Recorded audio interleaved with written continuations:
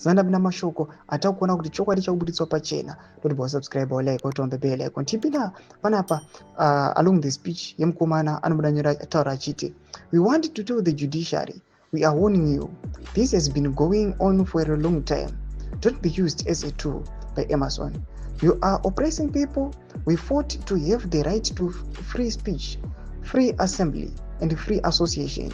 So you, people of judiciary, it didn't start on Mhlanga. The Timbers and the Chibayas and the Sikalas, you jailed them. Justice Malaba, put your house in order. We will come after you. Fellow Zimbabweans, corruption in Zimbabwe has become a norm. Right now we have a company called Agrifora to supply food to the barracks.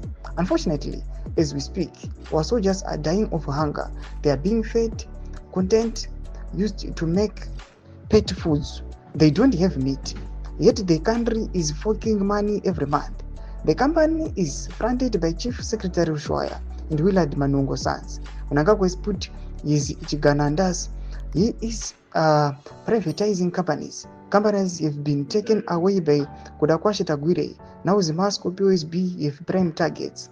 Tagwire, we are warning you. We didn't go to the war for you to get monopoly through corruption. We are going to deal with you.